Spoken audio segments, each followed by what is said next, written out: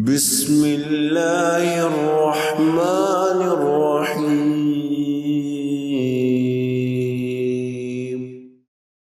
نحمده ونصلي على رسوله الكريم اعوذ باللہ من الشیطان الرجیم بسم اللہ الرحمن الرحیم رب اشرح لي صدری ویسر لي امری واحلل عقدۃ من لسانی یفقہوا قولی۔ تمام تعریفیں اللہ رب العزت کے لیے ہیں کہ جس نے بیت الحرام کو کل انسانیت کے جمع ہونے کی مقدس جگہ بنایا ہے، کل انسانوں کے اجتماع کی اور نیک افراد کے اجتماع کی جگہ بنایا ہے، اور اسے امن والی جائے پناہ بنایا ہے۔ یعنی یہ اللہ تعالیٰ کے گھر کی عظمت یہ ہے کہ اللہ رب العزت نے اسے مقدس ترین حرمت والا گھر بنایا ہے، اور اسے انسانوں کے جمع ہونے کی جگہ بنایا ہے، جیسے جمعے کے دن کو بھی جمع ہونے کا دن بنایا ہے۔ یہ مقدس ترین جگہ ہے جس پر اللہ تعالیٰ کے نیک بندے ہر سال جمع ہوتے ہیں، اور اسے جائے پناہ بھی بنایا ہے۔ اور پھر جب ہم اپنی شریعت کا مطالعہ کرتے ہیں تو ہم دیکھتے ہیں کہ اللہ رب العزت نے ہمیں بہت ساری جو نعمتیں عطا کی ہیں، ان میں سے ایک نعمت یہ بھی ہے کہ اللہ رب العزت نے ہمیں اپنا یہ حرمت والا مقدس گھر عطا فرمایا ہے۔ اللہ تعالیٰ کی نعمتوں میں سے ایک نعمت ہے۔ آپ دیکھیے کہ یہ وہ نعمت ہے کہ جو دنیا کی دیگر اقوام کے پاس اس وقت نہیں ہے۔ آپ وہ خوش نصیب ہیں جو حضور اکرم صلی اللہ علیہ وسلم کے امتی ہیں۔ مسلمانوں کو اللہ تعالیٰ نے یہ بالخصوص نعمت عطا کی ہے کہ اپنے گھر کا متولی اور اپنے گھر کا کسٹوڈین مسلمانوں کو بنایا ہے۔ یہ جو بیت المقدس ہے، یا یہ جو بیت الحرام ہے،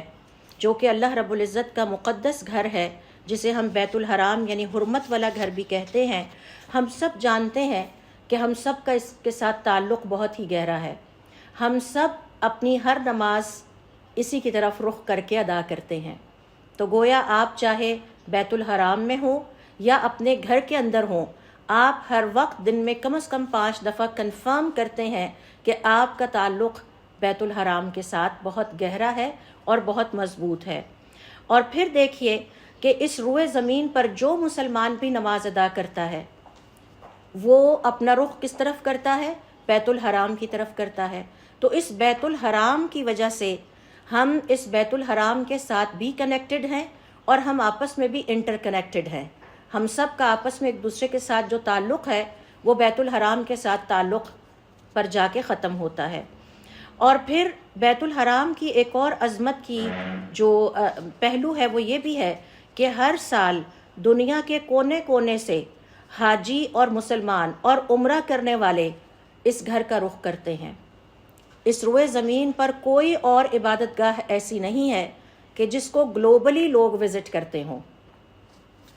یہ بھی اس گھر کی عظمت کا ایک پہلو ہے کہ دنیا کے کونے کونے سے ہر سال مسلمان اکٹھے ہوتے ہیں، اور حرمت والے مہینوں میں حج کی ادائیگی کے لیے ذوالقعدہ کے مہینوں میں اپنے گھروں سے نکلنے کی تیاری کر لیتے ہیں، اور اس گھر کا رخ کرتے ہیں۔ اور اس کے بارے میں سورۃ الحج کی آیت نمبر 28 میں اللہ رب العزت نے فرمایا لِيَشْهَدُوا مَنَافِعَ لَهُمْ۔ کیوں اکٹھے ہوتے ہیں؟ تاکہ اس گھر کی زیارت اور اس گھر کے جو بیت الحرام کہلاتا ہے، اس کی جو برکتیں ہیں ان سے دنیا بھر کے مسلمان مستفید ہوتے رہیں۔ اللہ رب العزت کو ہمارے حج کی کوئی ضرورت نہیں ہے۔ اللہ تعالیٰ نے یہ حج ہر صاحب استطاعت مسلمان پر بیت الحرام کا اس لیے فرض کیا ہے کہ اللہ تعالیٰ نے بیت الحرام کے اندر کچھ ایسی برکتیں رکھ دی ہیں، اور اللہ تعالیٰ نے مکۃ المکرمہ میں کچھ ایسی برکتیں رکھ دی ہیں کہ اللہ تعالیٰ چاہتے ہیں ہر صاحب استطاعت مسلمان ہر حال میں ضرور اس گھر کی برکتوں سے فیض یاب ہو، اور آگے چل کے ہم اس کے بارے میں ڈیٹیل سے سیکھیں گے۔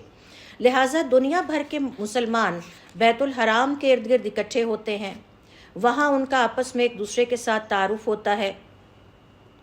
وہاں ایک دوسرے کے لیے وہ اپنے دل میں انسیت محسوس کرتے ہیں،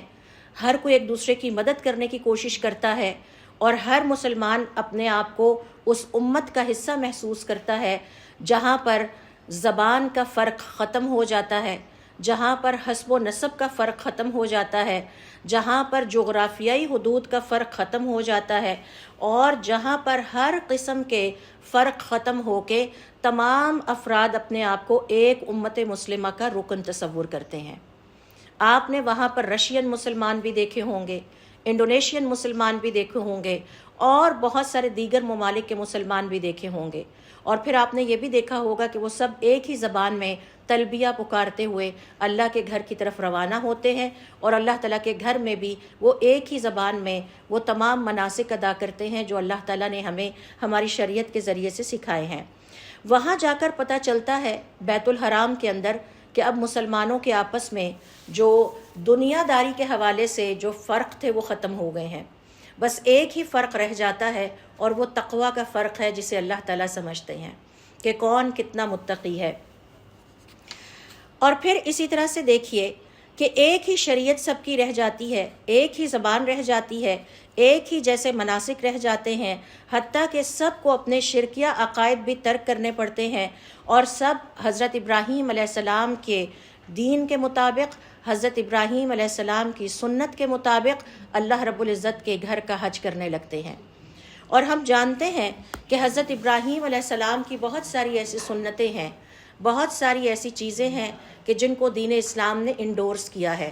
ان میں سے ایک حج بھی ہے، اور ان میں سے ایک مہمان نوازی بھی ہے۔ مہمان نوازی بھی سب سے پہلے حضرت ابراہیم علیہ السلام نے کی تھی، اور اس کے بعد اس کو اللہ تعالیٰ نے اتنا پسند کیا کہ اس کے بعد کی دیگر شریعتوں میں بھی، حتیٰ کہ اسلام میں بھی، مہمان نوازی کو عبادت کا درجہ حاصل ہے۔ تو یہ جو حج ہے یہ بھی حضرت ابراہیم علیہ السلام کی سنتوں میں سے، طریقہ کار میں سے ایک طریقہ کار ہے جسے ہمارے دین میں شامل کیا گیا ہے۔ بیت الحرام کی عظمت کا ایک پہلو یہ بھی ہے کہ اس کی بنیاد توحید پر ہے۔ جب اللہ تعالیٰ کے حکم سے حضرت ابراہیم علیہ السلام اور حضرت اسماعیل علیہ السلام کو اس کی تعمیر اور اس کے ستون اٹھانے کا دوبارہ حکم دیا گیا، یعنی اس کی رینوویشن کا دوبارہ حکم دیا گیا، تو آپ دیکھیے کہ سورۃ البقرہ کی آیت نمبر 125 میں اللہ رب العزت کلیئرلی فرماتے ہیں کہ اس گھر کی بنیاد توحید پر ہے، یعنی اس کی جو تاسیس ہے وہ توحید پر ہوئی ہے۔ وَعَهِدْنَا إِلَىٰ إِبْرَاهِيمَ وَإِسْمَاعِيلَ أَن طَهِّرَ بَيْتِيَ لِلطَّائِفِينَ، اور ہم نے عہد لیا ابراہیم علیہ السلام سے اور اسماعیل علیہ السلام سے کہ میرے گھر کو پاک کر دو۔ کس چیز سے پاک کر دو؟ شرک سے پاک کر دو، یعنی اس کی بنیاد توحید پر رکھی جائے، اور یہ شرک سے پاک گھر ہے، اس کی بنیاد توحید پر ہے۔ للطائفین، طائفین کون ہیں؟ جو دور دور سے چل کر آئیں، ان کے لیے بھی، جو طواف کرنے والے ہیں، والعاکفین، اور جو اس میں عبادت کی نیت سے مقیم ہیں، اعتکاف کی غرض سے مقیم ہے، والرکع السجود، اور جو اس میں نمازیں ادا کرنے والے ہیں، رکوع کرنے والے ہیں اور سجدہ کرنے والے ہیں۔ یہاں پر میں آپ کے ساتھ شیئر کروں گی ایک روایت، اور یہ بیت اللہ کی عظمت کے ایک اور پہلو کو ہائی لائٹ کرتی ہے کہ اس بیت اللہ کی عظمت کا ایک اور پہلو یہ ہے کہ یہ اس روئے زمین پر اللہ رب العزت کا پہلا گھر ہے۔ سورۃ الحج کی آیت نمبر 26 میں دیکھیے کہ اللہ رب العزت نے اس میں فرمایا ہے اگین کہ میں نے اپنے اس گھر کی بنیاد توحید پر رکھی ہے، اور پھر آگے چل کے ہمیں پتہ چلتا ہے کہ یہ روئے زمین پر اللہ تعالیٰ کا پہلا گھر ہے۔ وَإِذْ بَوَّأْنَا لِإِبْرَاهِيمَ مَكَانَ الْبَيْتِ، جب ہم نے ابراہیم علیہ السلام کے لیے مسجد حرام کی جگہ کو متعین کر دیا، یعنی ان کو بتا دیا کہ اس جگہ پر آپ نے اللہ تعالیٰ کے اس گھر کی تعمیر کرنا ہے، کیونکہ حضرت ابراہیم علیہ السلام کو پتہ نہیں چل رہا تھا کہ اس کا حدود اربع کیا ہونا چاہیے، اس کو کہاں پہ تعمیر کرنا ہے۔ تو روایات کے مطابق حضرت جبرائیل علیہ السلام تشریف لائے، اور انہوں نے حضرت ابراہیم علیہ السلام کو بتایا کہ بیت المعمور جو آسمانوں میں اللہ تعالیٰ کا گھر ہے، اس کے عین نیچے اس جگہ کو آئیڈینٹیفائی کیا کہ آپ نے اس جگہ پر اس کی تعمیر کرنی ہے، اور اس جگہ پر کھدائی سے اس کے پلرز نکلیں گے۔ لہٰذا حضرت ابراہیم علیہ السلام کو بتا دیا گیا اللہ تعالیٰ کے حکم سے حضرت جبرائیل علیہ السلام کے ذریعے، وَإِذْ بَوَّأْنَا لِإِبْرَاهِيمَ مَكَانَ الْبَيْتِ، اور جب ہم نے ابراہیم علیہ السلام پر واضح کر دی کہ بیت الحرام کی جگہ کون سی ہے،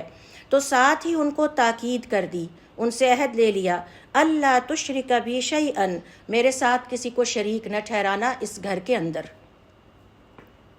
تو یہ جو مسجد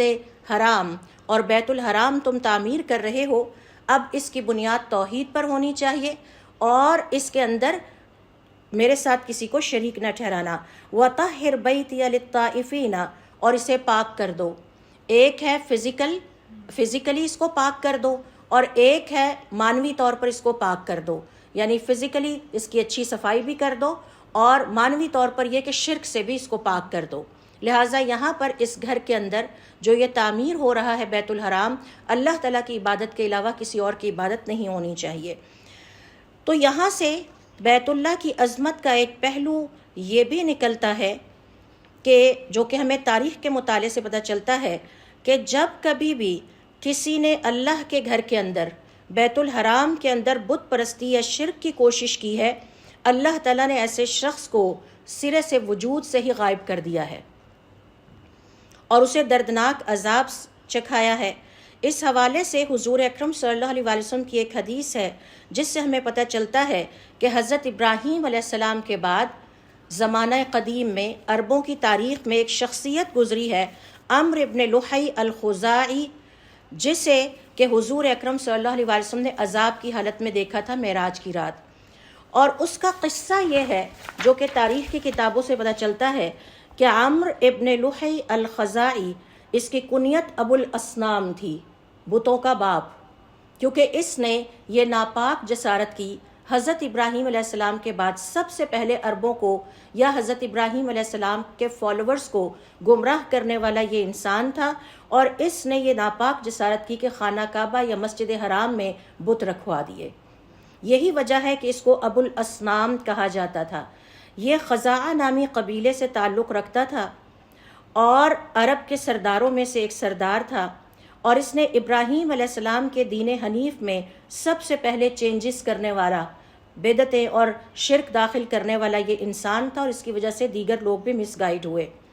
اور جبکہ اس سے پہلے مسجد حرام بتوں سے پاک تھا۔ تو صحیح بخاری کی روایت کے مطابق آپ صلی اللہ علیہ وسلم فرماتے ہیں کہ میں نے عمرو ابن الخزاعی کو دیکھا کہ وہ جہنم میں اپنی انتڑیاں گھسیٹ رہا تھا، یعنی آگ میں اس کی انتڑیاں گر گر کر باہر آتی تھی اور وہ اپنی انتڑیوں کو گھسیٹتے ہوئے چل رہا تھا۔ اور یہ وہ شخص ہے کہ جس نے سائبہ کی رسم نکالی تھی۔ اگر آپ جانتے ہوں تو قرآن کریم میں اللہ رب العزت نے ذکر کیا ہے کہ کچھ ایسی قربانیاں تھیں جو زمانہ جاہلیت میں بتوں کے لیے پیش کی جاتی تھیں، بتوں کے لیے کی جاتی تھی، ان میں سے ایک کو سائبہ کہا جاتا تھا۔ سائبہ کا کانسیپٹ عمرو ابن لحی الخزاعی نے سب سے پہلے انٹروڈیوس کرایا تھا۔ سائبہ وہ اونٹنی ہوتی تھی جسے کہ بعد میں جب بگاڑ آ گیا حضرت ابراہیم علیہ السلام کے فالوورز میں اور عربوں میں، تو وہ اپنے معبودوں کے لیے وقف کر کے چھوڑ دیا کرتے تھے۔ نہ تو اس اونٹنی کو سواری میں استعمال کیا جاتا، نہ ہی اس کا دودھ جو ہے وہ استعمال میں لایا جاتا، اور پھر بعد میں اسے چند دن کے بعد اپنے بتوں کے لیے ذبح کر دیا جاتا تھا۔ تو سائبہ کا کانسیپٹ بھی، یعنی غیر اللہ کے لیے ذبح کرنے کا کانسیپٹ بھی، اور بیت اللہ میں بت رکھنے کا جو غلط ایک ٹریڈیشن تھی وہ اب عمرو ابن لحی نے شروع کی تھی، اور پھر ظاہر ہے کہ یہ بہت دردناک موت سے مرا، اور آخرت میں جو اس کا انجام ہے وہ حضور اکرم صلی اللہ علیہ وسلم نے دیکھا اور پھر اس کو اپنے صحابہ کرام کے ساتھ شیئر کیا۔ تو ہم یہ سیکھ رہے تھے کہ جس کسی نے بھی کبھی بیت الحرام کے اندر بت پرستی کی کوشش کی ہے یا شرک کی کوشش کی ہے، اس کا انجام بہت برا ہوا ہے، کیونکہ بیت الحرام کی حفاظت خود اللہ تعالیٰ کی ذات نے اس کا انتظام کر رکھا ہے۔ اسی طرح سے علماء کرام کا یہ کہنا ہے کہ اگر آپ تاریخ کا مطالعہ کریں تو آپ کو ابرہہ نامی حبشی بادشاہ کے بارے میں بھی پتہ چلتا ہے، اور آپ سب جانتے ہیں کہ جب وہ اپنے ناپاک ارادے لے کر اپنی فوج، جو کہ بہت طاقتور فوج تھی اس زمانے کی، ہاتھیوں والی، اور جن کے پاس بہت زبردست قسم کا اسلحہ تھا اپنے زمانے کے مطابق، جب وہ یہاں پر آئے اور انہوں نے بیت اللہ کو جو ہے وہ ڈیمولش کرنے کی کوشش کی، تو سورۃ الفیل کے مطالعے سے آپ دیکھ سکتے ہیں کہ اللہ تعالیٰ نے اپنے گھر کی حفاظت کس طرح کی۔ اور روایات سے پتہ چلتا ہے کہ عربوں نے جب ابرہہ نامی بادشاہ کی قوت دیکھی، اس کا اسلحہ دیکھا اور اس کے ہاتھی دیکھے اور اس کی تیاری دیکھی، تو وہ گھبرا گئے اور سب نے وہ شہر مکہ کا خالی کر دیا اور اس وقت حضور اکرم صلی اللہ علیہ وسلم کے جو دادا تھے انہوں نے اللہ تعالیٰ سے دعا کی کہ اللہ تعالیٰ یہ تیرا گھر ہے، ہم کمزور پڑ چکے ہیں، آپ اس کی حفاظت فرمانا. اور پھر سب جانتے ہیں کہ اللہ تعالیٰ نے کس طرح سے اس کی حفاظت کی، اور انہیں پرندے بھیج کر ایسے پتھر ان پہ پھینکے کہ جس سے وہ بھسم ہو کر رہ گئے، ایسے ہو گئے جیسے کھایا ہوا بھوس ہوتا ہے. تو یہ بھی بیت اللہ کی عظمت اور فضیلت کو ظاہر کرتا ہے، یہ تاریخی واقعہ کہ اللہ رب العزت کے ہاں یہ جو گھر ہے کتنی حرمت والا ہے. مسجد حرام کی ایک اور عظمت کا پہلو یہ ہے کہ روئے زمین پر یہ اللہ رب العزت کی عبادت کے لیے تعمیر کیا جانے والا سب سے پہلا گھر ہے. سب سے پہلا گھر جو روئے زمین پر اللہ تعالیٰ کی عبادت کے لیے تعمیر کیا گیا تھا وہ بیت الحرام ہے، اور اسے سب سے پہلے حضرت آدم علیہ السلام نے تعمیر کیا تھا، اور حضرت آدم علیہ السلام نے حضرت جبرائیل علیہ السلام کی نشاندہی پہ اس کو تیار کیا تھا. روایات کے مطابق جب حضرت آدم علیہ السلام کو اس زمین پر اتارا گیا تو وہ بہت زیادہ روتے تھے، اور اس روایت کو امام احمد ابن حنبل رحمۃ اللہ علیہ نے اپنی کتاب الزہد میں بھی بیان کیا ہے. اور ایک روایت میں آتا ہے کہ وہ 300 سال تک روتے رہے، حتیٰ کہ ان کے بچے بہت پریشان ہوئے، اور انہوں نے ایک دن فیصلہ کیا کہ ہم اپنے والد صاحب سے جا کے بات کرتے ہیں. تو انہوں نے حضرت آدم علیہ السلام سے کہا کہ آپ کو کیا جنت کی نعمتیں یاد آتی ہیں کہ آپ اتنا روتے ہیں؟ ہمیں بتائیے، کیونکہ جب ہم آپ کو روتا دیکھتے ہیں تو ہمیں بہت رونا آتا ہے. اور ایک اور روایت میں آتا ہے کہ جب حضرت آدم علیہ السلام اپنی اس خطا پر روتے تھے تو اللہ کے فرشتے بھی ان کے ساتھ روتے تھے، اللہ کے فرشتے بھی ان کے دکھ اور درد کو محسوس کرتے تھے. یہ بالکل ایسے ہی ہے کہ جیسے گھر میں اگر کوئی بچہ غلطی کر بیٹھے تو ماں کو بھی ساتھ تکلیف ہوتی ہے. تو حضرت آدم علیہ السلام نے فرمایا کہ نہیں، مجھے جنت کی نعمتیں اتنی یاد نہیں آتی، میں تو جنت میں جو فرشتوں کی تسبیحوں کی آوازیں سنا کرتا تھا ان کو یاد کرتا ہوں، اب وہ آوازیں میرے کانوں میں نہیں پڑتی. پھر اللہ تعالیٰ نے حضرت جبرائیل علیہ السلام کو بھیجا. یہ تاریخی روایات جو کہ ہمیں ملتی ہیں اور احادیث حضور اکرم صلی اللہ علیہ وسلم کی ان کا خلاصہ میں آپ کو بتا رہی ہوں. تو سب سے پہلا گھر جو اللہ تعالیٰ کا اس روئے زمین پر تعمیر ہوا تھا وہ بیت الحرام تھا. حضرت آدم علیہ السلام نے اس کو تعمیر کیا تھا. حضرت جبرائیل علیہ السلام کو اللہ تعالیٰ نے بھیجا کہ آپ جائیے اور آسمانوں میں جو بیت المعمور ہے، جو کہ اللہ تعالیٰ کا آسمانوں میں گھر ہے اور جس کے گرد ہر وقت فرشتے طواف کرتے رہتے ہیں اور وہ طواف کبھی رکتا نہیں ہے، اسی کے عین نیچے زمین کے اوپر اس جگہ کی نشاندہی حضرت جبرائیل علیہ السلام نے حضرت آدم علیہ السلام کے لیے کی، اور حضرت آدم علیہ السلام نے اس گھر کو تعمیر کیا. اور پھر حضرت جبرائیل علیہ السلام نے اس گھر کا حضرت آدم علیہ السلام کے ساتھ مل کر طواف کیا اور ان کو طواف کا پورا طریقہ کار سکھایا. اور پھر ان سے وعدہ لیا کہ جس طرح آسمانوں میں میرے گھر کو اللہ کے فرشتے گھیرے رکھتے ہیں، تم اور تمہاری نسلیں زمین میں میرے گھر کو گھیرے رکھو گے. آج بھی آپ دیکھیے کہ اللہ تعالیٰ کے گھر کا طواف 24 گھنٹوں میں رکتا نہیں ہے، دن ہو یا رات ہو. رات کے 2 بجے میں نے اتر کے کوشش کی کہ میں نیچے جا کے طواف کر سکوں، مجھے جگہ نہیں ملی. 3 بجے کوشش کی، ہم لوگ نکلے کہ شاید ابھی جگہ مل جائے، دنیا سو رہی ہو، ہم جا کے طواف کر آتے ہیں، جگہ نہیں ملی. وہاں 2 بجے بھی، رات کے 2 بجے بھی دن کا سما ہوتا ہے، رات کے 3 بجے بھی دن کا سما ہوتا ہے. اس قدر رش ہوتا ہے اور وہ طواف رکتا نہیں ہے، وہ 24 گھنٹے ہوتا رہتا ہے، چلتا رہتا ہے. اور روایات کے مطابق یہ اللہ رب العزت کی طرف سے اپنے اس بیت الحرام کی خاص حفاظت اور اس کے انتظامات اللہ تعالیٰ نے خود اپنے ہاتھ میں لے رکھے ہیں. تو اس طرح حضرت آدم علیہ السلام نے اس مسجد الحرام یا بیت الحرام کی عظمت کا ایک پہلو یہ ہے کہ یہ اللہ کے حکم سے اس روئے زمین پر اللہ کی عبادت کے لیے سب سے پہلے تیار کیا گیا تھا، اس کو بنایا گیا تھا. اور یہی وجہ ہے کہ سورہ آل عمران کی آیت نمبر 96 سے 97 میں اللہ تعالیٰ فرماتے ہیں ان اول بیت وضع للناس، بے شک اللہ کا وہ سب سے پہلا گھر جو انسانیت کی عبادت کے لیے تعمیر کیا گیا، للذی ببکۃ مبارکن، وہ مکہ مکرمہ کے مقام پر ہے، وہدی للعالمین. یہ جو آیت میں نے آپ کے سامنے تلاوت کی ہے اور یہ آل عمران کی آیت نمبر 96 اور 97 ہے، اس کا سبب نزول کیا ہے وہ بھی بہت انٹرسٹنگ ہے. اس کا سبب نزول یہ ہے، اور یہ ہمیں حدیث کی روایات سے پتہ چلتا ہے. ابن المنذر وغیرہ کہتے ہیں کہ کچھ یہودی صحابہ کرام کے ساتھ کچھ یہودی علماء اور یہودی ساتھیوں کی بحث ہوئی، اور انہوں نے یہ کلیم کیا کہ بیت المقدس یعنی جو ہمارے پاس ہے وہ اللہ رب العزت کا اس کائنات میں سب سے پہلا گھر ہے۔ صحابہ کرام رضوان اللہ علیہ مجمعین حضور اکرم صلی اللہ علیہ وسلم کے پاس آئے اور ان سے سارا ماجرا کہہ سنایا کہ یہودی جو ہیں وہ ہمیں کہتے ہیں کہ ہم تم سے افضل ہیں کیونکہ ہمارے پاس بیت المقدس ہے، تو آپ بتائیے کہ کیا واقعی بیت المقدس اس روئے زمین پر اللہ تعالیٰ کا پہلا گھر ہے؟ آپ صلی اللہ علیہ وسلم پر اس کے جواب میں یہ آیات نازل ہوئیں۔ اللہ تعالیٰ نے آپ کو سکھایا، اور وہ آیات کیا ہیں؟ سورہ آل عمران کی آیت نمبر 96، ان اول بیت وضع للناس للذی ببکۃ مبارکا۔ اے محمد صلی اللہ علیہ وسلم، اس روئے زمین پر اللہ تعالیٰ کی عبادت کے لیے جو پہلا گھر تعمیر ہوا تھا وہ مکۃ المکرمہ کی مبارک بستی میں پایا جاتا ہے، وہدی للعالمین، اور اس کی عظمت کا ایک اور پہلو بتایا کہ یہ پوری کائنات کے لیے ہدایت کا باعث ہے۔ پھر حضرت ابو ذر رضی اللہ تعالیٰ عنہ کہتے ہیں ان آیات کے نزول کے بعد آپ صلی اللہ علیہ وسلم نے ہمیں مخاطب کرتے ہوئے فرمایا کہ اللہ رب العزت کی سب سے پہلی عبادت گاہ جو اس روئے زمین پر تعمیر ہوئی وہ بیت الحرام ہے، اور اس کے بعد پھر جب آپ سے سوال کیا گیا اس کے بعد دوسری کون سی تھی، آپ صلی اللہ علیہ وسلم نے فرمایا وہ مسجد اقصیٰ ہے۔ پھر ابو ذر رضی اللہ تعالیٰ عنہ فرماتے ہیں کہ میں نے سوال کیا دونوں کی تعمیر کے درمیان کتنا عرصہ ہے؟ آپ نے فرمایا 40 سال، یعنی مسجد اقصیٰ کی تعمیر تقریباً 40 سال کے بعد ہوئی اور بیت اللہ یا بیت الحرام کی تعمیر اس سے پہلے ہوئی۔ تو یہ بھی اللہ رب العزت کی طرف سے بیت الحرام کی عظمت کا ایک پہلو ہے کہ یہ وہ تاریخی جگہ ہے جس کا تعلق حضرت آدم علیہ السلام کے زمانے سے ہے۔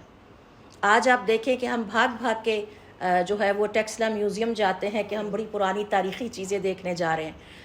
اسی وجہ سے اس کو البیت العتیق بھی کہا گیا ہے، اینشینٹ ترین گھر، قدیم ترین۔ یہ اس کی عظمت کا ایک اور پہلو ہائی لائٹ ہوتا ہے یہاں پہ آ کے۔ تو یہ اللہ رب العزت کی نشانیوں میں سے ایک نشانی ہے اس روئے زمین پر، اور اس کا تعلق حضرت آدم علیہ السلام کے زمانے سے جاتا ہے۔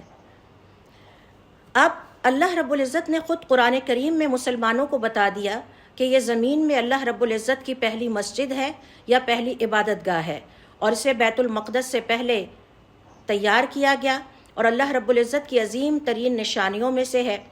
اور ظاہر ہے کہ آج اس پر لاکھوں اور پتہ نہیں کتنے کروڑوں سال اور کتنے ہی سال گزر چکے ہوں گے، شاید ہماری گنتی ہمارا ساتھ نہ دے،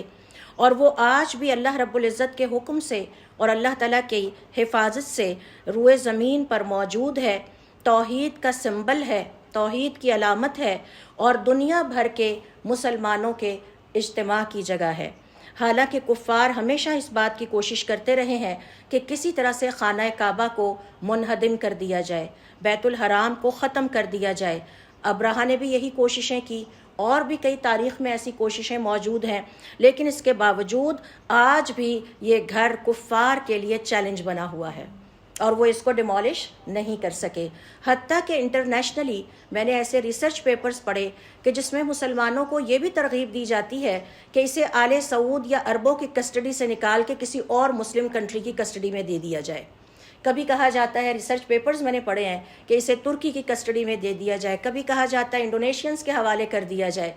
اتنی دور سے کون اس کو مینیج کرے گا؟ دوسرا، اس کی کسٹڈی اللہ تعالیٰ نے جن لوگوں کے حوالے کی ہے ہم اس میں کوئی تبدیلی نہیں کر سکتے۔ اپنے گھر کی حفاظت اس کے اپنے ذمے ہے اور وہ اس کی حفاظت کر رہا ہے۔ تو یہ ساری کانسپریسیز، یہ ساری کفار کی طرف سے سازشیں لگی ہی رہتی ہیں کہ کسی طرح سے اس گھر کو ڈیمولش کیا جائے، ختم کیا جائے، کیونکہ یہ توحید کی علامت ہے، اور توحید کا سب سے بڑا دشمن کافر ہوتا ہے، بت پرست ہوتے ہیں۔ اب یہاں پر ہم دیکھتے ہیں کہ اس گھر کی عظمت یعنی بیت الحرام کی عظمت کا ایک اور پہلو یہ بھی ہے کہ اللہ رب العزت نے اسے قرآن کریم میں البیت العتیق کہا ہے۔ عتیق کا اگر ہم ترجمہ دیکھیں تو اینشینٹ، پرانا ترین، قدیم ترین بنتا ہے۔ عربی زبان کی ڈکشنری اگر ہم چیک کریں تو اس کے ذرا معنی دیکھیے، اور تقریباً یہ سارے معنی ہی بیت الحرام کے حق میں پورے اترتے ہیں۔ عتیق سے مراد یہ ہے وہ پہلا گھر جو لوگوں کے لیے بنایا گیا، اس لیے بھی اسے عتیق کہا جاتا ہے، اور عتیق کا روٹ ورڈ جب دیکھیں تو اس میں پرانا کے لفظ آتے ہیں کہ اینشینٹ یہ گھر ہے. عتیق آزاد کرنے کے معنی میں بھی آتا ہے، کیونکہ اللہ تعالیٰ نے ہمیشہ اسے جبابرہ سے آزاد کرایا ہے. نہ ابراہا اس پہ قبضہ کر سکا، نہ کوئی اور اس پہ قبضہ کر سکا. یہ جس کو اللہ تعالیٰ نے دینا تھا یہ اعزاز، وہ اس کے پاس رہا، اور یہ اعزاز قریش کے پاس ہے، اور آج بھی قریش کے قبیلے میں سے ایک قبیلہ اس کا کسٹوڈین ہے.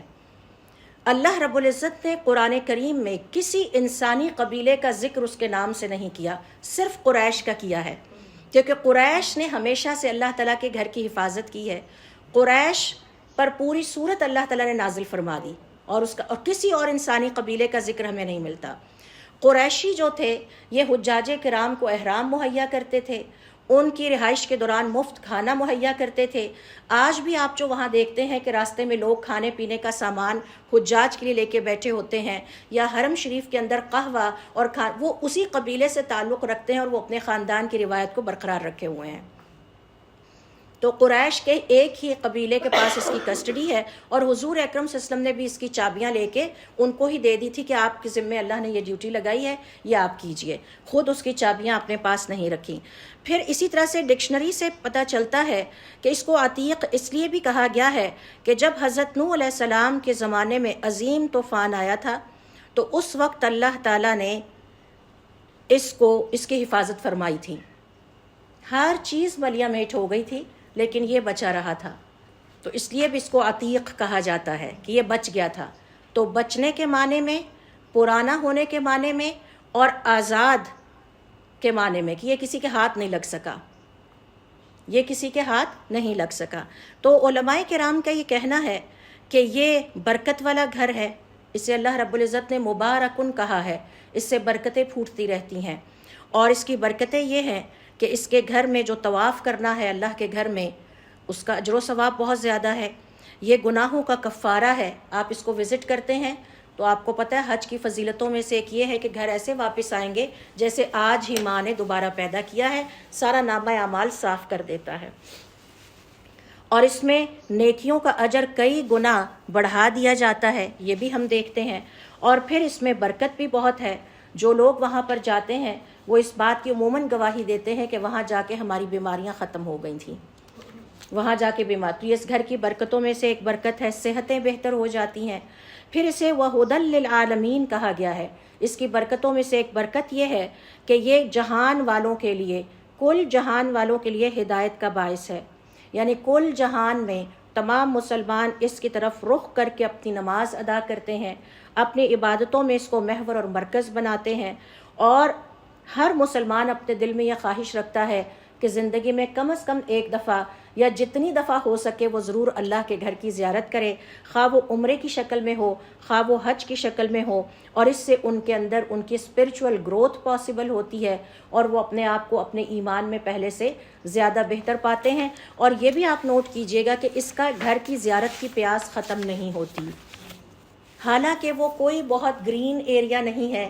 کوئی بہت شاندار آپ جسے کہہ سکتے ہیں ایمبینس ہے وہاں پہ، وہ نہیں ہے. لیکن اس کے باوجود مسلمانوں کے دل میں جو اس کی محبت ہے اور جو اس کے لیے اشتیاق ہے، وہ بھی اللہ تعالیٰ کی نشانیوں میں سے ایک نشانی ہے. اور وہ اس بات کی دلیل ہے کہ اللہ تعالیٰ نے مسلمانوں کے ذریعے اس گھر کی حفاظت کا انتظام اور اس کو آباد رکھنے کا انتظام کر رکھا ہے. یہی وجہ ہے کہ ایک اورینٹلسٹ اپنی کتاب میں لکھتا ہے، ایک بات یاد رکھیے گا، آپ مسلمانوں کو اس وقت تک گمراہ نہیں کر سکتے جب تک دو چیزیں ان کے اندر پائی جاتی ہیں. ایک ان کا مصحف یعنی قرآن کریم ہے، اور دوسرا یہ بیت الحرام ہے. ان کو آپ لوگ گمراہ نہیں کر سکتے. تو اسے اللہ تعالیٰ نے انسانوں کی، مسلمانوں کی ہدایت کا باعث بنایا ہے. یہ آپ کے ایمان کو ہر سال تر و تازہ کر دیتا ہے. جب ذوالقعدہ کا مہینہ آتا ہے آپ حج کو یاد کرنے لگتے ہیں، وہاں کے مقدس مقامات پر دوبارہ جانے کی تمنا آپ کے دل میں کروٹ لینے لگتی ہے. اور میں نے دیکھا ہے کہ لوگ بڑے شوق سے بیٹھ کر حج کے مناظر دیکھتے ہیں، گویا جیسے وہیں پہ ہوں، اور ایسے دیکھ رہے ہوتے ہیں جیسے میسمرائز ہوئے ہوئے ہیں، پہلی دفعہ دیکھ رہے ہیں. تو یہ وہ جو محبت اللہ تعالیٰ نے مسلمانوں کے دل میں اپنے گھر کے لیے رکھ دی ہے، اور بیت الحرام کے لیے رکھ دی ہے، اور اس کے مقدس مقامات کے لیے رکھ دی ہے، یہ بھی اللہ تعالیٰ کی طرف سے ایک انتظام ہے اپنے گھر کی حفاظت کا. اور یہ اللہ تعالیٰ کی طرف سے ایک نشانی ہے کہ وہ کیسے اپنے گھر کی محبت اور چاہت کو ہمارے دلوں میں زندہ رکھے ہوئے ہے۔ اللہ رب العزت اپنے گھر کے بارے میں فرماتے ہیں، اور یہاں سے اللہ تعالیٰ کے گھر کی عظمت کا ایک اور پہلو نکلتا ہے، وَفِيهِ آيَاتٌ بَيِّنَاتٌ، اور اس میں بڑی واضح نشانیاں ہیں۔ اور وہ نشانیاں کس چیز کی ہیں؟ توحید کی ہیں۔ یہاں پر رکن پایا جاتا ہے، مقام پایا جاتا ہے، صفا اور مروہ کی پہاڑیاں پائی جاتی ہیں، اور مشعر الحرام اور مشاعر پائے جاتے ہیں۔ اسی طرح سے اللہ رب العزت فرماتے ہیں، من دخلہ کان آمنا، جو اس میں داخل ہو جاتا ہے وہ امن و امان میں آ جاتا ہے۔ امن و امان میں آ جانے کا کیا مطلب ہے؟ کہ یہ جائے پناہ بن جاتی ہے۔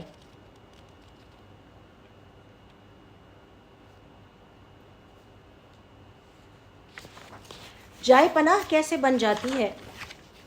روایات کے مطابق اور حضور اکرم صلی اللہ علیہ وسلم کی احادیث کے مطابق اس گھر کی حرمت کا فیصلہ اللہ تعالیٰ نے خود کیا، اور حضرت آدم علیہ السلام کو سکھا دیا کہ میرا گھر بیت الحرام ہے۔ حرام سے مراد ہے مقدس، حرمت والا، فضیلت والا، انتہائی عزت والا۔ اور حرمت کے معنوں میں سے ایک یہ ہے کہ یہ جائے پناہ ہے، یعنی جو کوئی بھی اس گھر میں داخل ہو جائے گا اسے کسی قسم کی کوئی اذیت نہیں پہنچائی جا سکتی۔ حتیٰ کہ جاہلیت میں عرب اس گھر کی حرمت کا اتنا احترام کرتے تھے اور اس گھر کی عظمت کو اتنا پہچانتے تھے کہ اگر انہیں اپنے باپ کا قاتل بیت الحرام کے اندر نظر آ جاتا تو نہ اس کو چھیڑتے، نہ تنگ کرتے، نہ ہی اس کو اشارے یا کنائے سے پریشان کرنے کی کوشش کرتے، نہ اس پہ اسلحہ اٹھاتے، بلکہ انتظار کرتے کہ جب یہ اس گھر سے باہر نکلے گا، یعنی بیت الحرام سے باہر نکلے گا اور مکۃ المکرمہ کی بستی سے باہر نکلے گا تو پھر ہم اس سے بات کریں گے۔ لہٰذا اس طرح کے لوگ جنہیں اپنی جان کا خوف ہوتا یا کسی بھی حوالے سے کوئی خوف ہوتا، وہ اس گھر کو اپنے لیے جائے پناہ سمجھتے تھے کہ جب ہم اس کی حدود میں آ جائیں گے تو ہمیں کوئی تنگ نہیں کرے گا، ہمیں کوئی پریشان نہیں کرے گا۔ اور اس کا ذکر اللہ تعالیٰ نے سورۃ العنکبوت کی آیت نمبر 67 میں کیا ہے، اولم یروا، کیا نہیں دیکھتے، انا جعلنا حرما آمنا،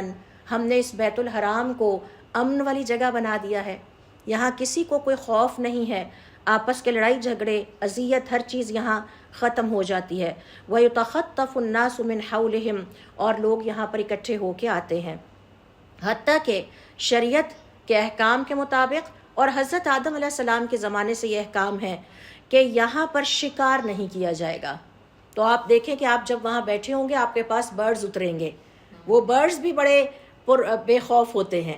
بلیاں گھومتی پھر رہی ہوں گی، آپ ان کو ڈرا نہیں سکتے، شش کر کے وہاں سے بھگا نہیں سکتے، رائٹ، کیونکہ وہاں پر نہ تو شکار کیا جا سکتا ہے، نہ کسی قسم کا درخت وہاں سے کاٹا جا سکتا ہے، حتیٰ کہ وہاں سے کوئی جڑی بوٹی بھی نہیں اکھاڑی جا سکتی۔ کیا آپ کہیں کہ یہ میں جڑی بوٹی یہاں سے اکھاڑ دوں، ایسے وہ بھی منع ہے، اور ان تمام باتوں کا خیال رکھنا پڑتا ہے۔ اسی طرح سے اس گھر کی عظمت کا ایک اور پہلو یہ ہے، بیت الحرام کی عظمت کا ایک اور پہلو یہ ہے کہ اللہ رب العزت نے اس روئے زمین پر اپنے گھر کے علاوہ کوئی کسی اور چیز کے ارد گرد طواف کرنے کا حکم نہیں دیا۔ آپ نے زندگی میں اگر طواف کرنا ہے تو صرف اللہ تعالیٰ کے گھر کا کرنا ہے۔ لہٰذا ہماری شریعت میں اور حضرت آدم علیہ السلام سے لے کر آج تک نہ تو کسی قبر کے طواف کو پسند کیا گیا ہے، نہ کسی دربار کے طواف کو، اور نہ ہی کسی درخت کے طواف کو، نہ کسی پتھر کے طواف کا حکم دیا گیا ہے۔ طواف صرف ایک ہی عبادت ہے آپ کی شریعت میں، اور وہ اللہ تعالیٰ کے گھر کی ہے۔ طواف صرف اسی کا ہو سکتا ہے۔ لہٰذا اب اگر کوئی شخص اللہ کے گھر کو چھوڑ کر کسی اور چیز یا کسی ہستی کی قبر یا اس کے دربار کو مقدس سمجھ کر اس کا طواف کرتا ہے تو علماء کرام کے مطابق ہماری شریعت کہتی ہے کہ وہ کافر ہے، یہ کفر ہے۔ اور بدعت کی میں نے کئی شکلیں دیکھیں۔ میں نے ایک فیملی کو دیکھا کہ داتا دربار سے دیگ آئی ہے اور ساری فیملی اس کو سجدہ کر رہی ہے کھولنے سے پہلے۔ تو اللہ تعالیٰ ہمیں ایسی بدعات سے اور ایسی خرافات سے بچائے۔ اسی طرح سے کئی جگہوں پر، یا آپ کے کوئٹہ میں کہیں بدعت شروع ہوئی تھی کہ کسی جگہ کا طواف کیا جاتا تھا اور اس کے اوپر اور ایک نیا فرقہ وجود میں آ گیا تھا اور اس کے اوپر بہت آواز اٹھائی گئی۔ تو یہ بات ذہن میں بٹھا لیجئے، اس روئے زمین پر اللہ کے گھر کے علاوہ کسی اور چیز کا طواف کرنا کفر ہے، یعنی اس قدر سخت اس کا حکم ہماری شریعت میں ہے، کیونکہ نہ تو اس کا اللہ تعالیٰ نے حکم دیا ہے اور نہ اس کے رسول نے ہمیں یہ سکھایا ہے۔ تو اللہ رب العزت کے گھر کے طواف کا حکم ہمیں اللہ تعالیٰ نے دیا ہے اور حضور اکرم صلی اللہ علیہ وسلم نے ہمیں سکھایا ہے۔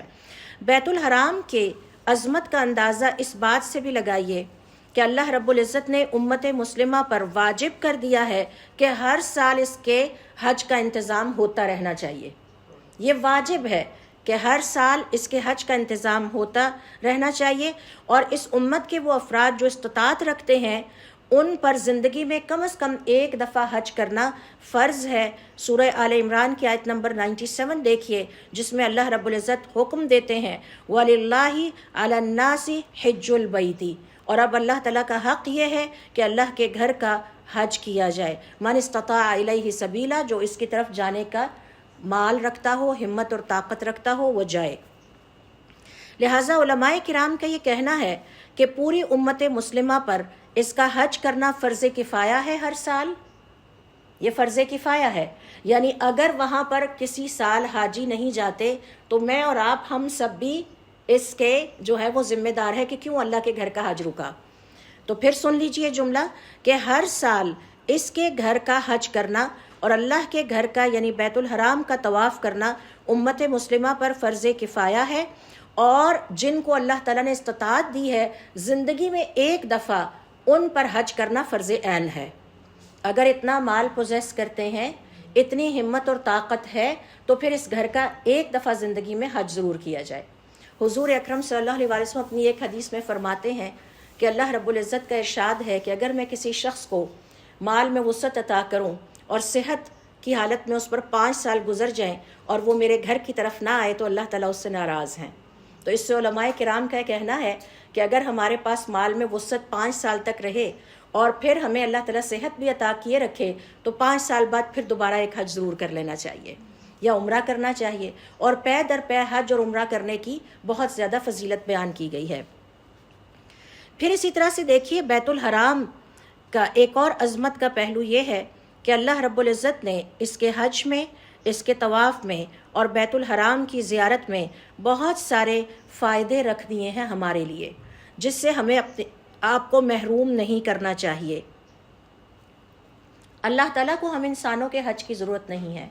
یہ حج اللہ تعالیٰ نے ہمارے فائدے کے لیے رکھا ہے، اور اس فائدوں کو سمیٹنے کے لیے ہمیں کم از کم زندگی میں صاحب استطاعت ہونے کی شکل میں وہ حج ضرور کرنا چاہیے۔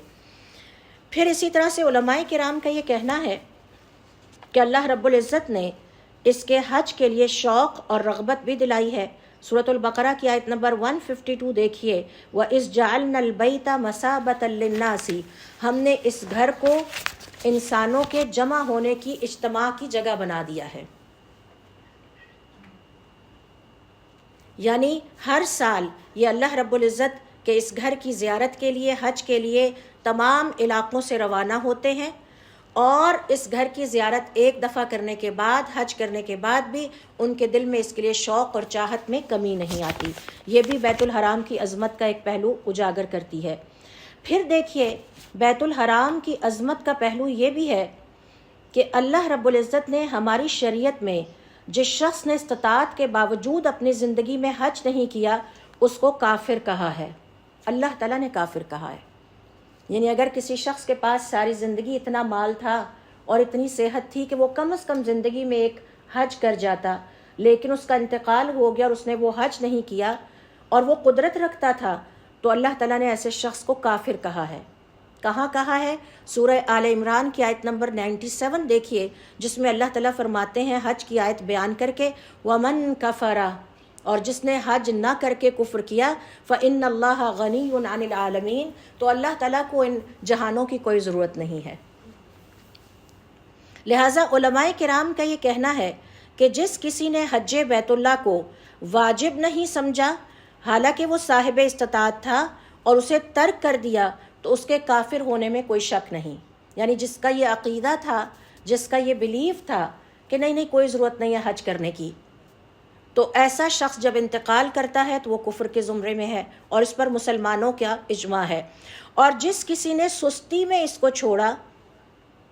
اسے چاہیے اس کو مجبور کیا جائے کہ وہ جائے اور اپنی سستی کو ترک کر کے اللہ کے گھر کا حج کرے۔ تو اس کا مطلب ہے کہ گھر میں میری اور آپ کی ذمہ داری یہ بنتی ہے کہ ہم اپنے بچوں، اپنے گھر والوں، رشتہ داروں کو یاد دہانی کرائیں کہ جس پر اب جسے اللہ تعالیٰ نے قدرت دی ہے، مال عطا کیا ہے، صحت عطا کی ہے، اسے چاہیے کہ وہ حج کے لیے ضرور نکلے۔ اور اگر ایسا شخص حج کرنے سے پہلے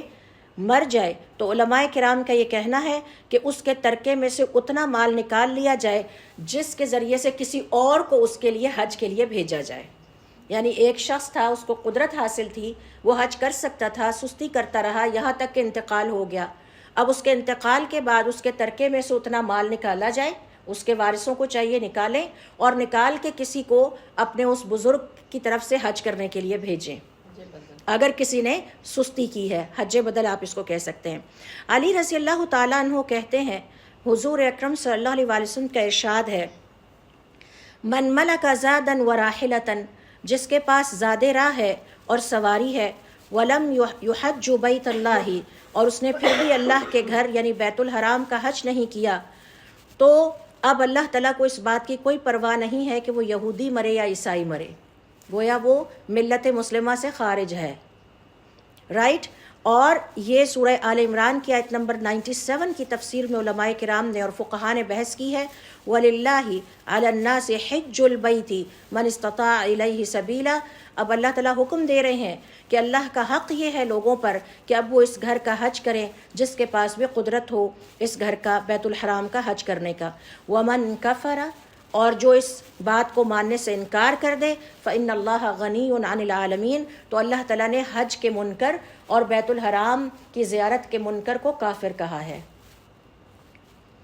امیر المومنین عمر ابن الخطاب رضی اللہ تعالیٰ عنہ کہتے ہیں کہ جسے اللہ تعالیٰ نے حج کی قدرت دی اور پھر اس نے حج نہیں کیا، تو اب چاہے وہ یہودی مرے یا عیسائی مرے، ہمیں اس سے کوئی سروکار نہیں۔ تو قدرت کے باوجود اور ہمت کے باوجود حج کو ڈیلے کرتے چلے جانا، اس کو لیٹ کرتے چلے جانا، یہ اللہ تعالیٰ کو پسند نہیں ہے۔ اسی طرح سے حضرت عمر رضی اللہ تعالیٰ عنہ فرماتے ہیں کہ میں نے ارادہ کیا جب مجھے پتہ چلا کہ بیت الحرام کا حج کرنا اور اللہ کے گھر کا طواف کرنا کتنا اہم ہے، کہ میں ایسے بندے بھیجوں مختلف مسلمان علاقوں کی طرف جو جا کے چھان بین کریں، مردم شماری کریں کہ جس کے پاس حج کرنے کی قدرت ہے اور پھر بھی وہ حج کے لیے نہیں نکلا، تو اب اس سے جزیہ کلیکٹ کیا جائے، کیونکہ اب وہ مسلمان نہیں رہا، یا وہ عیسائی ہے یا وہ یہودی ہے۔ یعنی حضرت عمر رضی اللہ تعالیٰ عنہ نے تو یہاں تک سوچ لیا کہ پھر یہ جو حج کرنے نہیں جاتے ان سے کہا جائے جزیہ پے کرو، کیونکہ اب تم مسلمان تو نہیں ہو، یا تم عیسائی ہو تو یا تم یہودی ہو۔ لہٰذا اس روئے زمین پر ایسا کوئی زمین کا ٹکڑا نہیں ہے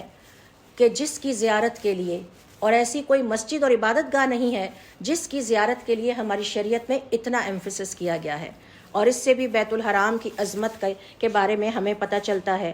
حضور اکرم صلی اللہ علیہ وسلم کی ایک اور حدیث سے بیت الحرام کی عظمت کا پتہ چلتا ہے کہ آپ صلی اللہ علیہ وسلم کو جب مکہ سے نکلنے پر مجبور کیا گیا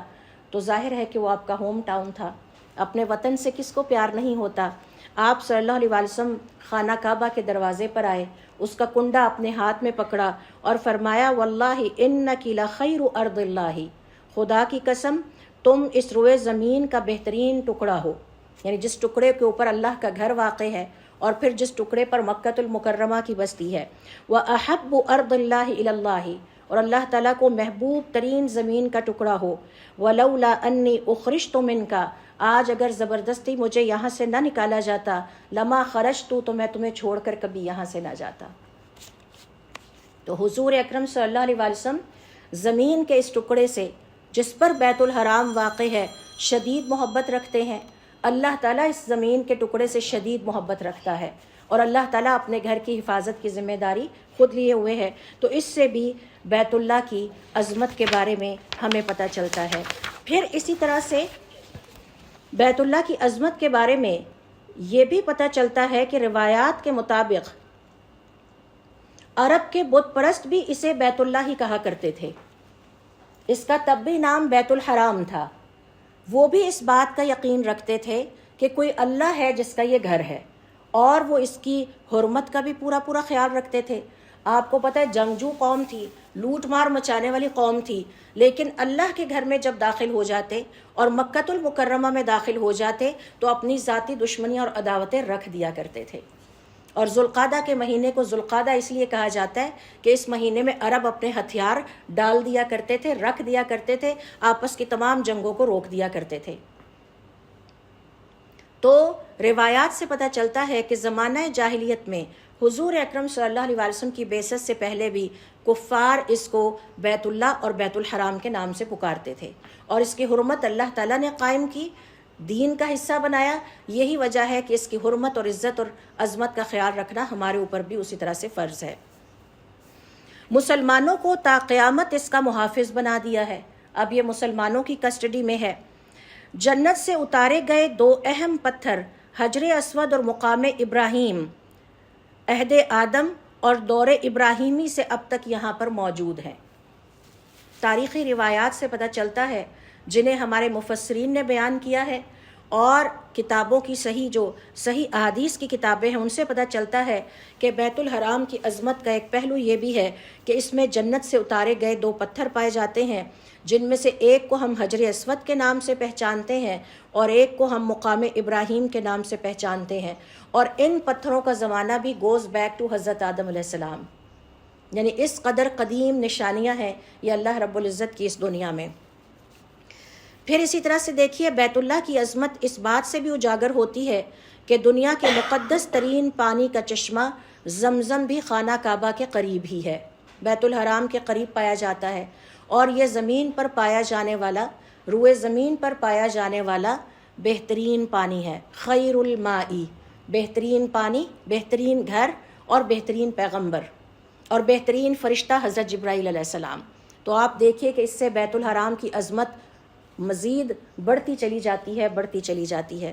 اور آپ جانتے ہیں کہ جو زمزم کا پانی ہے اگرچہ وہ کھارا ہے، لیکن کتنے عشق کے ساتھ لوگ اس کو اور مسلمان اس کو پیتے ہیں، سنبھالتے ہیں، لے کر آتے ہیں۔ اور میں نے وہاں لوگوں کو دیکھا کہ وہ اپنے بیگ خالی کر رہے تھے، اپنے کپڑے پھینک رہے تھے تاکہ وہ زمزم کے پانی کی بوتلیں رکھ کے یہاں سے لے جا سکیں،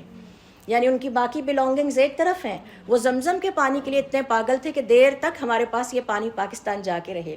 اور یہ کیفیت میں نے صرف پاکستان کے مسلمان نہیں، جتنے دنیا بھر کے آئے ہوئے مسلمان تھے ان سب کی دیکھی تھی۔ اور جس طرح میں نے اللہ کے گھر سے چمٹ کے لوگوں کو روتے ہوئے دیکھا،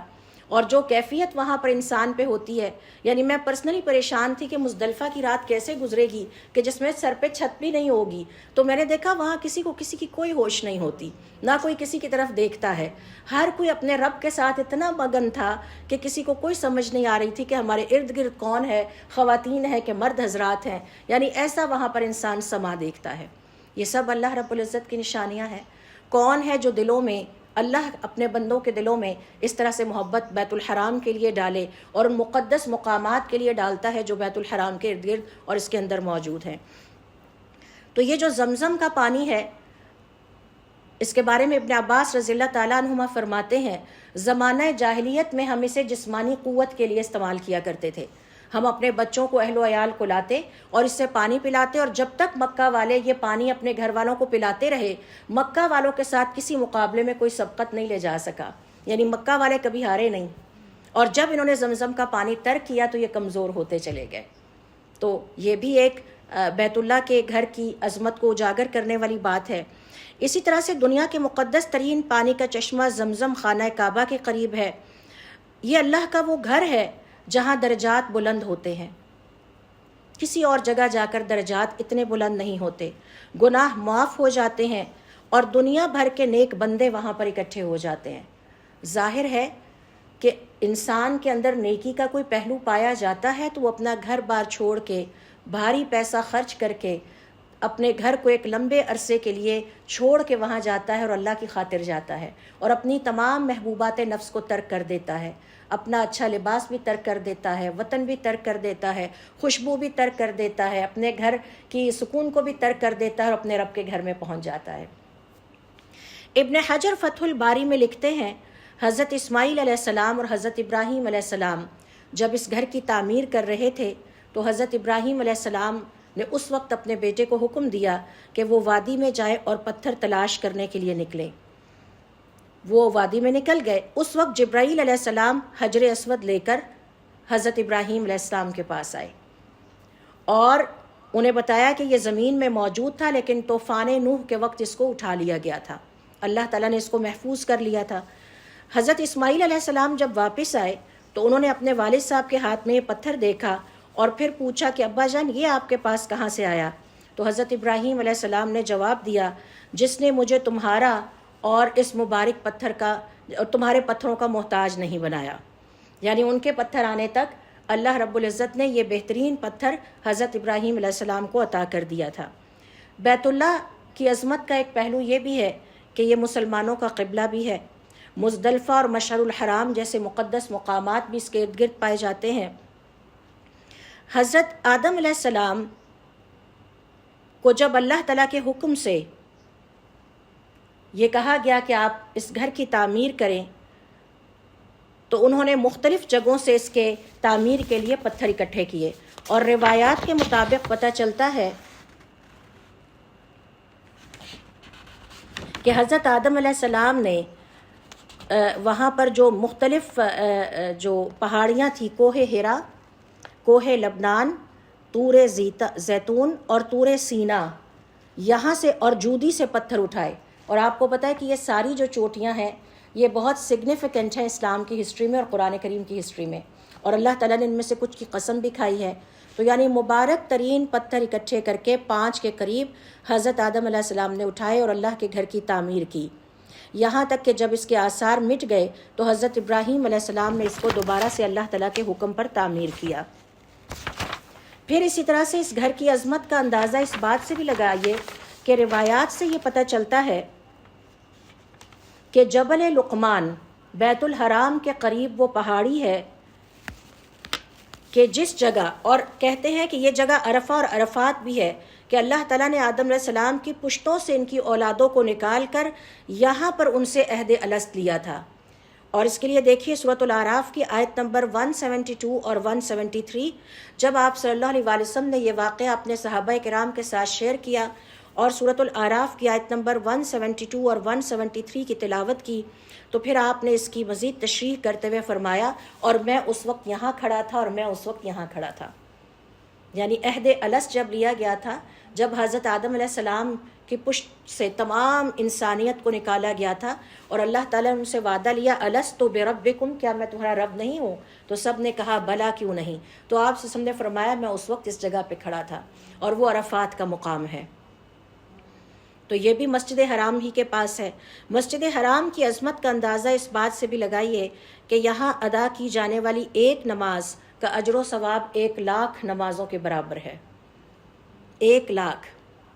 اور یہی وجہ ہے کہ میں نے وہاں مسلمانوں کو دیکھا کہ وہ پورا لالچ کرتے تھے، سارا دن مسجد میں ہی بیٹھے رہتے تھے کہ ہماری کوئی نماز ضائع نہ ہو جائے، کیونکہ ایک نماز کے ضائع ہونے کا مطلب 1,00,000 نمازوں کا اجر و ثواب ضائع ہونا ہے۔ تو میں نے اکثریت کو دیکھا کہ وہ داخل ہوتے تھے اور پھر اندر سے نہیں نکلتے تھے کہ ہم نے اپنی یہاں پر نمازیں پڑھنی ہیں۔ مسجد حرام میں ادا کی جانے والی ایک نماز 1,00,000 نمازوں کا اجر رکھتی ہے۔ آپ صلی اللہ علیہ وسلم کی حدیث کے مطابق یعنی بیت الحرام میں اور مسجد نبوی میں ادا کی جانے والی ایک نماز کا اجر و ثواب 1,000 نماز کے برابر ہے، اور بیت المقدس میں ادا کی جانے والی ایک نماز کا اجر و ثواب 500 نمازوں کے برابر ہے۔ یہ آپ صلی اللہ علیہ وسلم کی حدیث ہے۔ آپ صلی اللہ علیہ وسلم کی حدیث سے پتہ چلتا ہے کہ اس گھر کی حرمت اللہ تعالیٰ نے قائم کی ہے، یہ انسانوں کا مقرر کردہ قاعدہ نہیں ہے۔ اسے اللہ نے بیت الحرام کہا، اسے اللہ نے حرام کا ٹائٹل دیا، اور زمانہ جاہلیت میں عرب بھی اس بات کا اقرار کرتے رہے کہ یہ بیت اللہ الحرام ہے، حرمت والی جگہ ہے، یہ اللہ تعالیٰ کی طرف سے مقدس اور حرمت والی جگہ ہے۔ یہی وجہ ہے کہ عرب بھی زمانہ جاہلیت میں اس کی حرمت کا احترام کیا کرتے تھے۔ ہماری شریعت نے بیت اللہ کی عظمت کو مد نظر رکھتے ہوئے ہمیں یہ سکھایا ہے کہ قضائے حاجت کے وقت نہ تو بیت اللہ کی طرف رخ کیا جائے نہ بیک کی جائے۔ یہ ہماری شریعت کے اصولوں میں سے ایک اہم ہے۔ یہاں کسی برائی کا اگر ارادہ کر لے تو اس پر بھی اللہ تعالیٰ مواخذہ کریں گے، جبکہ بیت الحرام سے باہر نکل کے اور مکۃ المکرمہ سے باہر نکل کے ایسا مواخذہ نہیں ہے۔ مثال کے طور پر میں اور ہم سب یہاں آپ کمرے میں بیٹھے ہیں، اگر ہم میں سے کوئی بھی برائی کا ارادہ کرتا ہے اور اس کو پریکٹیکلی ابھی ایگزیکیوٹ نہیں کرتا تو اس پر کوئی پکڑ نہیں، لیکن بیت الحرام میں پکڑ ہے کہ وہاں بیٹھ کے ایسی بات سوچی بھی کیوں۔ اس سے بھی ہمیں اس گھر کی عظمت کا پتہ چلتا ہے، اور اس کی دلیل سورۃ الحج کی آیت نمبر 25 ہے جس میں اللہ تعالیٰ فرماتے ہیں وَمَن يُرِدْ فِيهِ بِالْحَادٍ، جو کسی قسم کی کجی کا ارادہ یہاں پر کرے گا، بظلم، ظلم اور زیادتی کرتے ہوئے، نُذِقْهُ مِنْ عَذَابٍ علیم، ہم اسے اپنا دردناک مزہ چکھائیں گے۔ تو وہاں جا کے اپنی سوچوں کو بھی اچھی طرح سے ڈسپلن کرنا ہے۔ کسی قسم کی کوئی کجی، کوئی برائی کا خیال ہمارے ذہن میں اگر وہاں آتا ہے تو یہ قابل مواخذہ ہے، اللہ تعالیٰ کی طرف سے ہے۔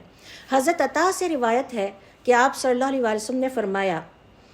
کہ حضرت آدم علیہ السلام کو جب جنت سے اتارا گیا تو وہ بہت روتے تھے، اور جب ان سے دریافت کیا گیا کہ اس کی وجہ کیا ہے تو انہوں نے کہا کہ مجھے فرشتوں کی آوازیں سنائی نہیں دیتی جو کہ طواف کرتے ہوئے وہ تسبیح کرتے تھے، اور میں جنت میں ان کی آوازیں سنتا تھا۔ اللہ رب العزت نے ارشاد فرمایا یہ تمہاری اس خطا کا نتیجہ ہے جو تم نے درخت ممنوعہ سے کھایا تھا، لیکن ایک صورت باقی ہے، زمین پر اتر جاؤ، اپنے دشمن کو پہچان لو، اور پھر ہمارے لیے ایک گھر تیار کرو جو کہ بیت الحرام تھا، اور اسے گھیرے رہو طواف سے، جس طرح تم نے فرشتوں کو دیکھا کہ وہ ہمارے گھر کو آسمان میں گھیرے رکھتے ہیں طواف سے۔ یعنی یہ کمٹمنٹ ہے بنی آدم اور آدم علیہ السلام کی اللہ تعالیٰ کے ساتھ کہ بیت الحرام کے گھر کو ہم طواف سے ہر وقت گھیرے رکھیں گے، اور آج آپ دیکھیے کہ وہ آپ کو نظر آتا ہے۔ اب آدم علیہ السلام نے مختلف 5 پہاڑوں سے، جو کہ برکت والی پہاڑی اور چوٹیاں ہیں، وہاں سے پتھر اٹھائے اور اللہ کے گھر کی تعمیر کی، یہاں تک کہ جب اس کے آثار مٹ گئے، حضرت ابراہیم علیہ السلام نے اللہ کے حکم سے اس کو دوبارہ تعمیر کیا۔ حضرت عروہ سے روایت ہے کہ جتنے انبیاء بھی مبعوث ہوئے سب ہی نے بیت اللہ کی زیارت کی، سوائے حضرت ہود علیہ السلام اور حضرت صالح علیہ السلام کو اس کا موقع اپنی زندگی میں نہیں ملا۔ جتنے انبیاء حضرت آدم علیہ السلام سے لے کر حضرت محمد صلی اللہ علیہ وسلم تک آئے ہیں، سوائے 2 پیغمبروں کے انہیں اپنی زندگی میں موقع نہیں مل سکا، باقی سب نے بیت اللہ کی زیارت کی، اللہ کے گھر کا طواف کیا، اور وہ مسجد حرام آئے ہیں۔ حضرت ابراہیم علیہ السلام نے جب گھر بنا لیا، بیت الحرام بنا لیا، تو حضرت جبرائیل علیہ السلام نے انہیں مناسک حج بھی سکھائے اور طواف کرنے کا طریقہ بھی سکھایا۔ اور یہ جو عرفہ کا میدان ہے، اس کو عرفہ اس لیے بھی کہا جاتا ہے ایک روایت کے مطابق کہ جب تمام مناسک حج حضرت ابراہیم علیہ السلام کو سکھا دیے تو ان سے سوال کیا عرفتہ، کیا تم نے پہچان لیا، جان لیا؟ انہوں نے فرمایا عرفتو، میں نے جان لیا، وہاں سے اس کا نام میدان عرفہ پڑ گیا۔ تو یہ روایات کے مطابق ہمیں پتہ چلتا ہے حضرت ابراہیم علیہ السلام نے جب اللہ تعالیٰ کے گھر کی جو ہے وہ تعمیر مکمل کر لی، اور یہ آخری روایت ہے، یہ سب روایات ابھی میں نے آپ سے شیئر نہیں کی، اس پہ آج ہم اپنے لیسن کو کنکلوڈ کریں گے۔ حضرت ابراہیم علیہ السلام نے جب اپنے گھر کی تعمیر کر لی تو اب اللہ تعالیٰ نے انہیں ایک حکم اور دیا اور کہا کہ اب تم کھڑے ہو جاؤ کسی بلند جگہ پہ اور دنیا بھر کی انسانوں کو صدا لگاؤ اور ان سے کہو کہ اللہ کے گھر کی تعمیر ہو گئی ہے، اب وہ اس گھر کے حج کے لیے آئیں۔ تو حضرت ابراہیم علیہ السلام نے عرض کیا کہ اللہ تعالیٰ میری آواز سب تک کیسے پہنچے گی؟ اللہ تعالیٰ نے فرمایا تم کھڑے ہو جاؤ، تمہاری آواز سب تک پہنچانا ہماری ذمہ داری ہے۔ تو حضرت ابراہیم علیہ السلام نے مقام ابراہیم پر کھڑے ہو کر آواز لگائی کہ اے اللہ کے بندو، اللہ کا گھر تعمیر ہو گیا ہے، لہٰذا اب تم اس کے حج کے لیے آیا کرو، بیت الحرام کی تعمیر ہو گئی ہے۔ آپ صلی اللہ علیہ وسلم فرماتے ہیں کہ اللہ تعالیٰ نے حضرت ابراہیم علیہ السلام کی اس صدا کو ہر انسان تک پہنچایا، حتیٰ کہ وہ انسان جو ابھی پیدا بھی نہیں ہوئے تھے، عالم ارواح میں یہ صدا ان تک بھی پہنچی۔ یعنی آپ نے بھی، سب نے اس وقت یہ وہاں پر سنی تھی اور میں نے بھی سنی تھی۔ اور پھر آپ صلی اللہ علیہ وسلم فرماتے ہیں کہ جس کسی نے اس پر جتنی دفعہ عالم ارواح میں لبیک کہا، اسے اتنی دفعہ حج کا موقع دنیا کی زندگی میں ملے گا۔ اور پھر آپ صلی اللہ علیہ وسلم فرماتے ہیں کہ اس روئے زمین پر جب حضرت ابراہیم علیہ السلام نے انسانوں کو پکارا کہ اب اللہ کے گھر کے لیے آؤ، تو یمن کہ مسلمان سب سے پہلے اپنے گھروں سے نکلے، اور یہ یمن، اہل یمن کی فضیلتوں میں سے ایک ہے، اور انہوں نے اپنے سواریاں تیار کی اور وہ اللہ کے گھر کے لیے چل پڑے۔ حالانکہ غریب ترین لوگ تھے، پتلے دبلے ان کے جانور تھے، کوئی اتنے صحت مند بھی نہیں تھے، لیکن وہ سب سے پہلے انسانوں میں وہ انسان ہیں جو کہ اللہ تعالیٰ کے گھر کے لیے نکلے۔ اور یہ جو آج آپ صلی اللہ علیہ وسلم کی روایت ہے کہ اللہ کے گھر کو جاتے ہوئے آپ کہتے ہیں لبیک اللہم لبیک، حضرت ابراہیم علیہ السلام کی اس ندا کا جواب ہے۔ تو تو اسی واقعے پر ہم اپنے سیشن کا آج اختتام کرتے ہیں، اللہ رب العزت کے سے اس دعا کے ساتھ کہ اللہ تعالی ہمیں اپنے دین کو سیکھنے کے لیے وقت نکالنے کی توفیق عطا فرمائے، اس پر عمل کرنے کی توفیق عطا فرمائے، ہمیں اپنی زندگی میں بار بار حج اور عمرہ کرنے کی توفیق عطا فرمائے اور ہمیں حج مبرور عطا فرمائے۔ سبحانک اللہم و بحمدک، اشہد ان لا الہ الا انت، استغفرک و اتوب الیک۔